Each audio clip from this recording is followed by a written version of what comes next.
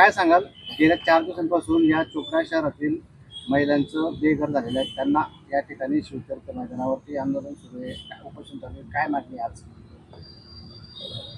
गेल्या 30 मे 2026ला चोपडा शहरात वार्ड क्रमांक 34 मध्ये नगरपालिकेच्या हद्दीत चोपडा शहर पोलीस स्टेशनचे पोलीस निरीक्षक देसले यांनी बेकायदेशीररित्या यांना कुठलीही पूर्वसूचना न देता यांचे घरं, यांच्या संसारोपयोगी वस्तू, सर्व गोष्टी यांनी बुलडोजरच्या मदतीने सर्व उद्ध्वस्त केले, यांना बेघर केलं.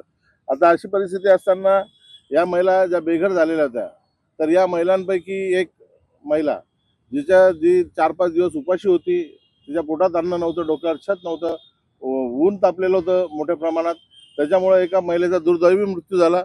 आणि तो मृत्यू झाल्यानंतर पोलीस निरीक्षक देसले यांनी त्या महिलेचा मृतदेह शवविच्छेदनाकरता हॉस्पिटलला घेऊन गेले आणि तात्काळ तिचा दफनविधी केला. तर आम्ही निळनिशाण सामाजिक संघटनेच्या वतीने जिल्हाधिकारी साहेबांना निवेदन दिलं आणि अनेक प्रश्न उपस्थित केले, परंतु आम्हाला एकाही प्रश्नाचं आजपर्यंत उत्तर मिळालं नाही. की एक महिलेचा दुर्दैवी मृत्यू झाला, तिच्या पोटात अन्न नव्हतं, तिच्या डोक्यावर छत नाही, अशा परिस्थितीत मृतदेह आढळून आला, परंतु पोलीस निरीक्षक देसले यांनी त्या महिलेची ओळख पटवून घेण्याकरता कुठलेही प्रयत्न केलेले नाही. अशा अनेक घटना आहे ज्या घडलेल्या आहे आणि यांना कुठंतरी या महिलांना ज्या बेघर झालेल्या, आज या बेघर भूमीहीन महिला आहे आणि आता सध्या तर निराधार निराश्रित आहे, यांना कुठलाही आश्रय नाही आहे. त्याच्याकरता यांनी गेल्या महिन्यात 10 दिवस तहसीलदार कार्यालयासमोर आंदोलन केलं आणि अक्षरशः जेव्हा पाऊस पडला तर यांनी तहसीलदार कार्यालयात 10 दिवस त्यांनी आश्रय घेतला. आपलं पावसापासून वाचण्याकरता ते तहसीलदार कार्यालयात झोपले, तरीही शासन प्रशासनाने यांना न्याय दिलेला नाहीये.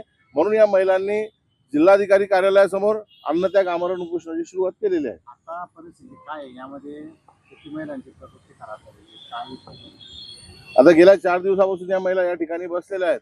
तर आता जिल्हापेठ पोलीस स्टेशनचे जे गोपनीय विभागाचे भरत चव्हाण यांचा फोन आला होता की बाबा डॉक्टरांचे रिपोर्ट आले की 4 महिलांना तात्काळ आपण ऍडमिट केलं पाहिजे हॉस्पिटलला. रात्री सुद्धा एक महिलेची तब्येत खराब झाली, परंतु काल दुपारपासूनच जिल्हापेठ पोलीस स्टेशनचा कुठलेही कर्मचारी या ठिकाणी उपस्थित नसल्यामुळं परिस्थिती अशी झाली की आमचे इथं 2च पुरुष कार्यकर्ते इथं होते आणि या 20-22 महिला. आता त्या ज्या महिलेची तब्येत खराब झाली तर आम्ही करायचं काय? म्हणून आमच्या कार्यकर्त्यांनी जिल्हापेठ पोलीस स्टेशनला फोन केला, तर तिथल्या ठाणे अंमलदारांनी सांगितलं की बस ठीक, आम्ही पाठवतोच थोड्या वेळात, परंतु 1 तास निघून गेला. त्या महिलेची प्रकृती आणखी जास्त खालावली. मग आमच्या कार्यकर्त्यांनी 108ला फोन केला, ॲम्ब्युलन्स बोलवली, परंतु त्या ठिकाणी आता ॲम्ब्युलन्समध्ये कार्यकर्त्यांनी जायचं तर या इतर महिलांचं थांबायचं कोणी, अशी परिस्थिती निर्माण झाली. मग नाविलाज आम्हाला 112ला कॉल करावा लागला. 112 आले, त्यांनी विचारणा केली आणि तेव्हा मग आमच्या कार्यकर्त्यांनी त्या महिलेला हॉस्पिटलला घेऊन गेले. मागणी काय आहे?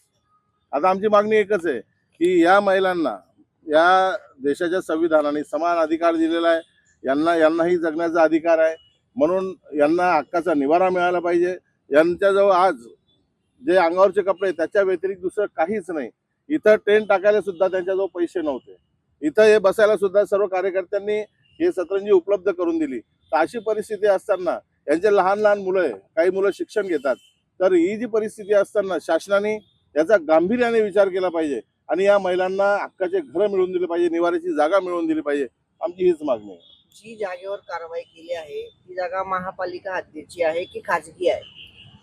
आता ज्या जागेच्या संदर्भात इथं जो लढा चाललेला आहे आमचा, तर हा लढा 2023 पासून त्या जागेच्या मालकी हक्का संदर्भात एक पूनमचंद शर्मा म्हणून एक मोठा व्यावसायिक आहे चोपडा शहरात, तर त्याच्या विरोधात या महिलांनी दावा दाखल केलेला आहे.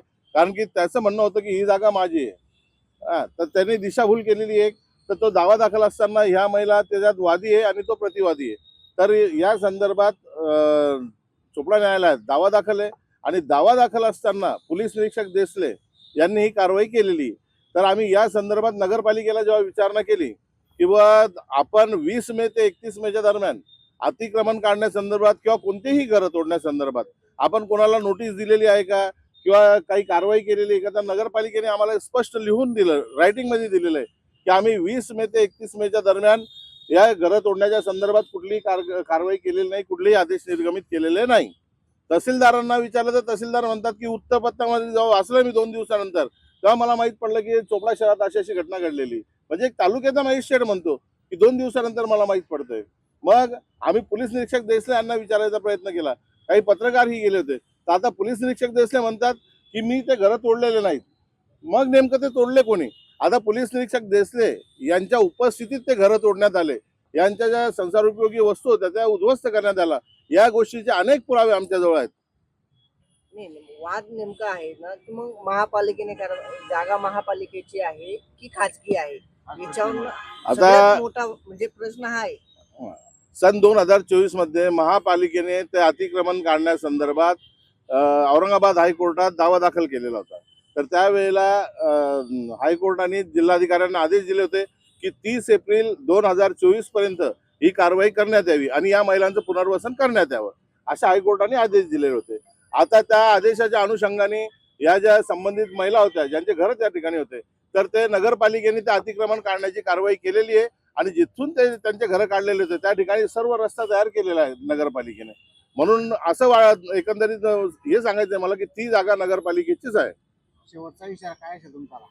आता बघा, शासन प्रशासनाकडे गेल्या 1 महिन्यापासून या महिलांना पावसाळ्याचे दिवस सुरू आहे. आता अशी परिस्थिती असताना सुद्धा शासन प्रशासन यांच्याबद्दल जर गांभीर्याने विचार करत नसेल तर आम्ही निळनिशाण सामाजिक संघटनेच्या माध्यमातून या महिलांना पाठिंबा दिलेला आहे आणि जर यांना शासन प्रशासन न्याय देत नसेल तर निळनिशाण सामाजिक संघटनेच्या वतीने एक आंदोलनाची भूमिका घेण्यात येणार आणि आज आम्ही जिल्हाधिकाऱ्यांना त्या संदर्भात निवेदनही देणार आहोत की लवकरात लवकर जर आपण यांना न्याय दिला नाही येत्या 2 दिवसात तर निळनिशाण सामाजिक संघटनेकडनं मोठ्या स्वरूपात आंदोलन करण्यात येईल.